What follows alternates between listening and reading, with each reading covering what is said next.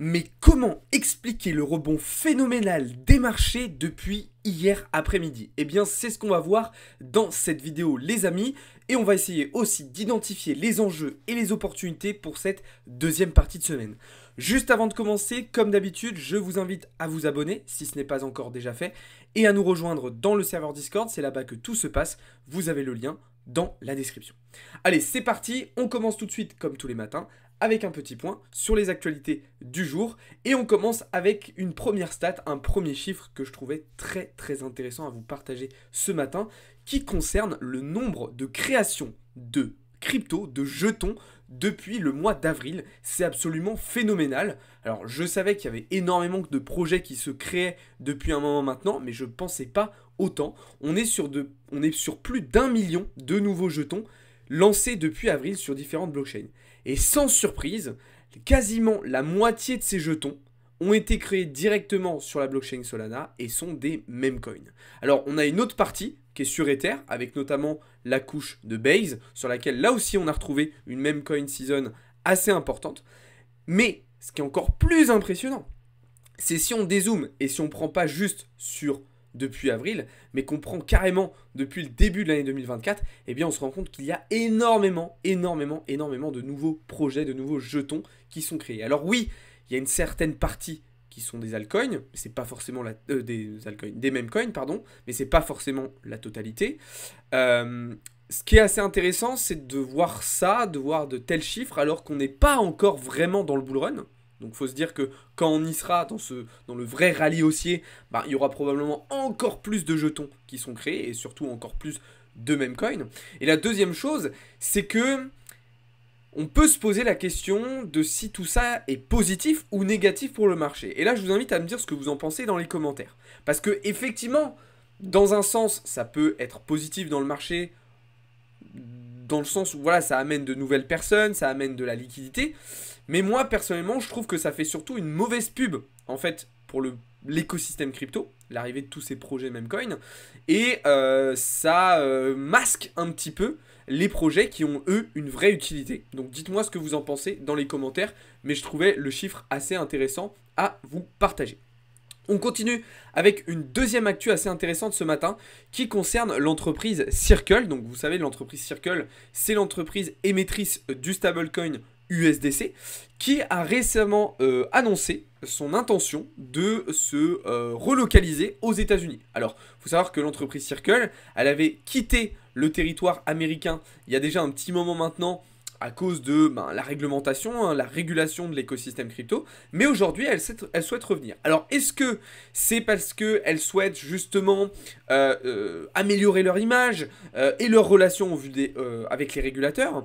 Est-ce que c'est pour rentrer justement dans le cadre des régulateurs un petit peu comme l'a fait Binance il y a quelques mois? Ou est-ce que c'est parce que Circle sent le vent tourner, peut-être avec l'élection justement de Donald Trump, et se dit que la réglementation, le cadre autour de l'écosystème crypto va s'améliorer dans les prochains mois. Pareil, je vous laisse me dire ce que vous en pensez dans les commentaires, mais je trouve ça assez intéressant.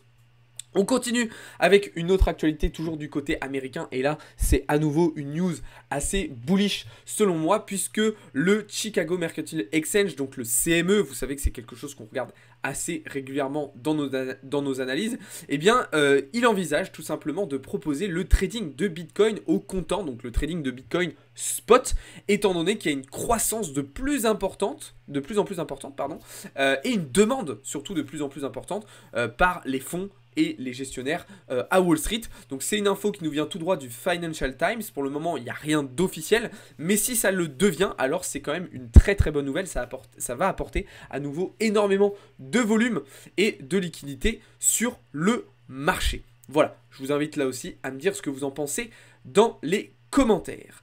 On passe désormais à la partie macroéconomique, puisque hier après-midi, nous avons eu la publication des chiffres de l'inflation aux États-Unis. Vous savez que c'était le chiffre phare et le chiffre que tout le monde attendait sur cette semaine. Et bonne nouvelle, les chiffres de l'inflation, comme prévu, ont été conformes aux attentes. Donc l'inflation repart à la baisse aux États-Unis. On a vu donc le chiffre CPI rate et le chiffre CPI Core repartir vers le bas. Je rappelle que le chiffre Core, c'est le chiffre de l'inflation duquel on a ponctionné la volatilité des prix sur l'énergie et sur l'alimentaire. Donc malgré un rebond de l'inflation entre décembre et le mois de mars, et bien là, comme nous le laissaient présager les dernières datas macroéconomiques qu'on avait depuis quelques semaines, l'inflation repart vers le bas, ce qui a énormément plu au marché, on va le voir dans un instant.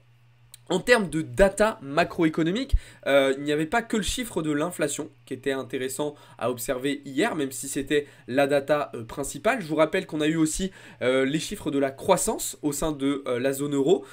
Très bon chiffre de la croissance sur le premier trimestre, hein, avec un PIB qui passe de 0,1 à 0,4%. Donc c'est plutôt pas mal, c'est plutôt encourageant. Et du côté américain, on avait aussi des datas intéressantes avec notamment les ventes au détail qui, elles, ont ralenti beaucoup plus que prévu et qui se stabilisent du coup, enfin qui descendent désormais à 0%. Là aussi, c'est un chiffre qui est plutôt bon puisque dans le contexte actuel, ça peut être interprété comme une data plutôt déflationniste. Et puis un petit peu plus tard dans l'après-midi, on a eu les chiffres des stocks de pétrole brut aux États-Unis qui diminuent à nouveau comme la semaine précédente et qui diminuent beaucoup plus que prévu. Aujourd'hui, d'un point de vue macroéconomique, ça sera une journée aussi intéressante, mais quand même un petit peu plus calme que celle d'hier. On aura notamment cet après-midi les chiffres des inscriptions hebdomadaires au chômage. Rappelez-vous, la semaine dernière, c'était un chiffre qui avait particulièrement fait bouger les marchés. Donc là, on surveillera un petit peu le comportement, notamment du dollar, suite à la publication de ce résultat. Et on aura l'indice manufacturier de la Fed de Philadelphie, qui devrait être divisé par 2 aujourd'hui.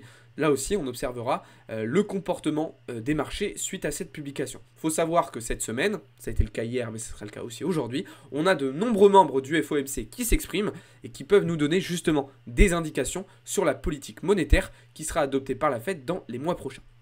Je vous le disais donc tout à l'heure, la baisse de l'inflation a entraîné une réaction vraiment positive sur les marchés. Ben oui, parce que qui dit baisse de l'inflation dit repli du dollar américain et c'est exactement ce qui s'est passé hier après-midi. Le dollar américain qui est même venu rebondir ce matin sur son support des 104 points et donc évidemment cette phase de retracement, cette phase de correction a laissé énormément de place aux autres classes d'actifs, notamment les indices. On a vu quasiment tous les plus gros indices que l'on trade toucher de nouveaux ATH. C'est le cas du S&P 500, c'est le cas du Nasdaq, c'est le cas du CAC, du DAX, du FTSE ou encore du Dow Jones. Donc on a vraiment de très belles choses qui se passent sur les marchés. On a vu le gold aussi repartir à la hausse. Et là d'ailleurs, on va s'attarder une petite seconde sur l'or puisque c'était une position que je vous avais partagée début de semaine dans le serveur Discord. Rappelez-vous. D'accord, je vous avais envoyé ce trade en vous disant voilà, qu'on partait à l'achat sur le gold.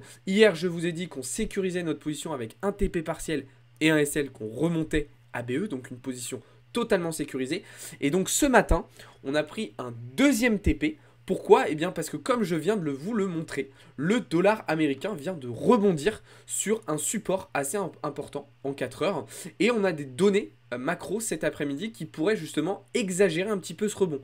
Effectivement, si les chiffres des inscriptions hebdomadaires au chômage descendent, comme le prévoient les estimations, c'est quelque chose qui pourrait favoriser un rebond du dollar. Donc là, on a pris un deuxième TP, on a de nouveau sécurisé notre position et on va laisser tourner le reste en direction des 2440 points environ pour l'or. Et puis évidemment, le marché crypto en a aussi profité avec le Bitcoin qui s'est envolé en direction des 66 000 $ suite à la publication de ce chiffre de l'inflation. Alors, c'est pas la seule raison pour laquelle Bitcoin est monté, même si évidemment ça a bien aidé. Mais il y a une autre chose, eh bien c'est que tout simplement, pendant que le marché montait, il y a énormément de gens qui essayaient de short le BTC. On le voit puisque les fundings, pendant que l'open interest est en train de monter, étaient en train de redescendre et ils sont même repassés dans le rouge, repassés en négatif durant cette impulsion haussière, ce qui veut dire qu'il y avait beaucoup de personnes qui essayaient de vendre le marché pendant qu'on montait.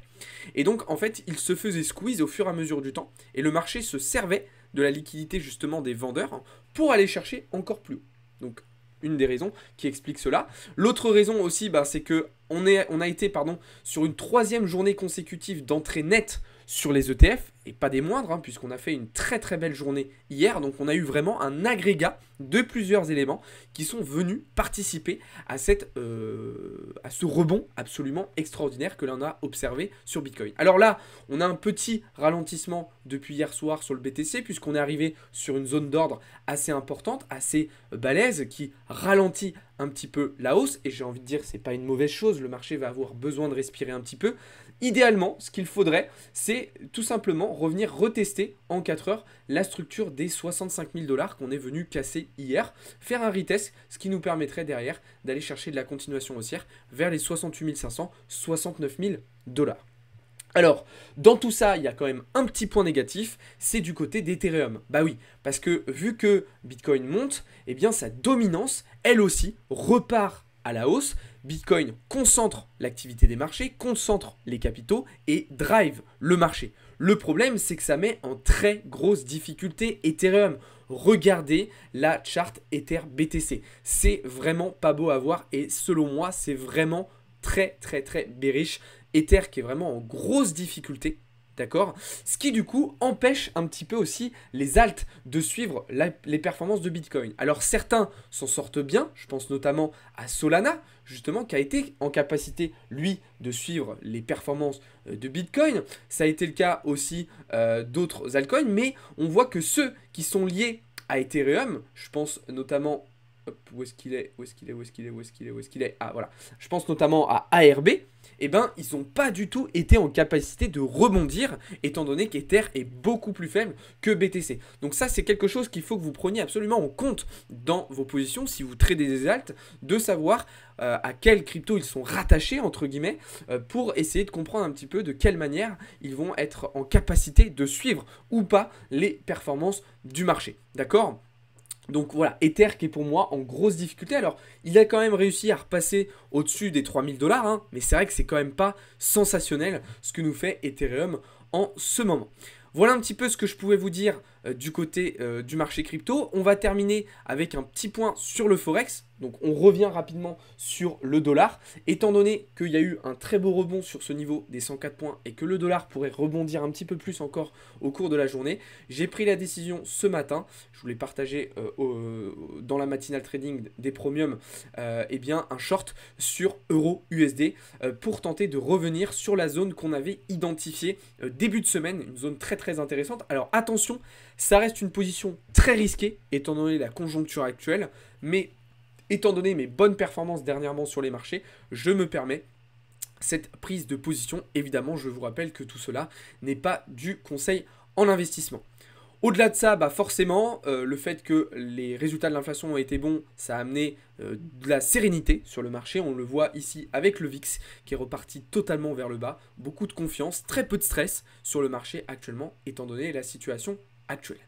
Je termine en vous disant tout de même que, attention, il est encore trop tôt pour crier victoire et pour envisager une baisse de taux, puisque je vous rappelle que l'objectif de la Fed, c'est quand même de ramener l'inflation à se stabiliser sous les 2%. Donc on n'a pas encore totalement atteint les objectifs. On se retrouvera cet après-midi, les amis, pour la session trading du jour, pour identifier d'autres opportunités et pour potentiellement prendre un certain nombre de positions. Et puis ce soir, à partir de 20h30, pour une séance de prépa bull run avec les membres premium. Je vous rappelle aussi que la phase publique de notre levée de fonds est toujours on live et je vous rappelle aussi que notre e-book totalement gratuit est toujours disponible. Il vous permettra de comprendre l'écosystème crypto en seulement 10 étapes. Si ça vous intéresse, vous avez tous les liens en bio et en description. Voilà les amis, j'espère que cette petite vidéo vous a plu. J'ai essayé d'être le plus résumé, le plus concis possible. Si vous voulez un petit peu plus de détails sur toutes les notions qu'on en a vues ce matin, je vous invite à venir dans le serveur Discord. Vous aurez bien plus d'informations vis-à-vis de tout cela. Je vous souhaite à toutes et à tous une très bonne journée. Ciao tout le monde, c'était Alex pour Blockchain Capital.